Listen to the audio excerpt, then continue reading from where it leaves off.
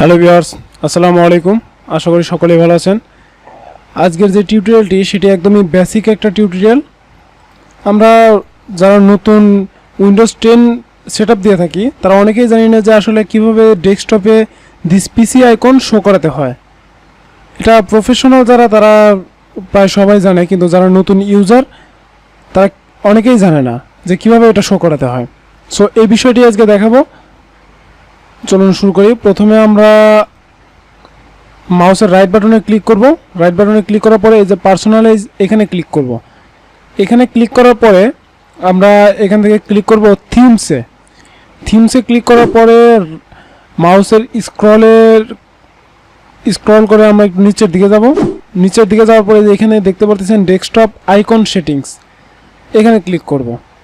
Click করার পরে এখানে দেখতে পাচ্ছেন যে অনেকগুলো অপশন শো করতেছে: computer, user files, network, recycle bin, control panel.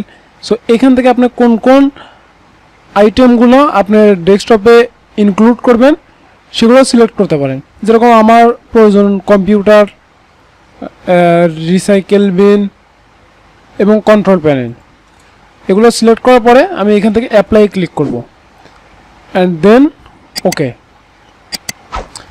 So viewers, দেখতে পাচ্ছেন এখানে অলরেডি শো করতেছে। অনেকে ভাবতে পারেন যে দিস পিসির এই আইকন কেন। আসলে এই আইকনটি চেঞ্জ করা যায়। পরবর্তী কোনো টিউটোরিয়ালে এই বিষয় নিয়ে আলোচনা করব। ততক্ষণ পর্যন্ত ভালো থাকুন, সুস্থ থাকুন। আল্লাহ হাফেজ।